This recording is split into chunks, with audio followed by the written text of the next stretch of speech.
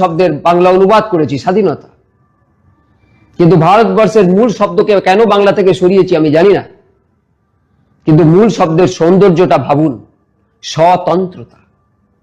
আমরা স্বাধীনতা চাইনি, আমরা চেয়েছিলাম স্বতন্ত্রতা।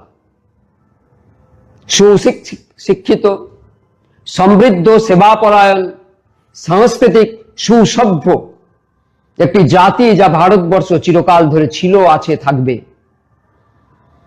যাদের কোনো ঐতিহ্য নেই, সভ্যতার ঐতিহ্য নেই, তারা স্বাধীনতা চায়, যেভাবে হোক বাঁধন থেকে মুক্তি। কিন্তু যার শ্রেষ্ঠ সভ্যতার ঐতিহ্য আছে, সে স্বাধীনতা চায় না।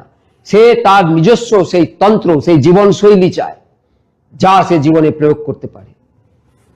ভারত তথাকথিত স্বাধীন হয়েছে, কিন্তু সুভাষের অভাবে সেই স্বতন্ত্রতা পায়নি। নামমাত্র স্বতন্ত্রতা দিবস পালন হয়।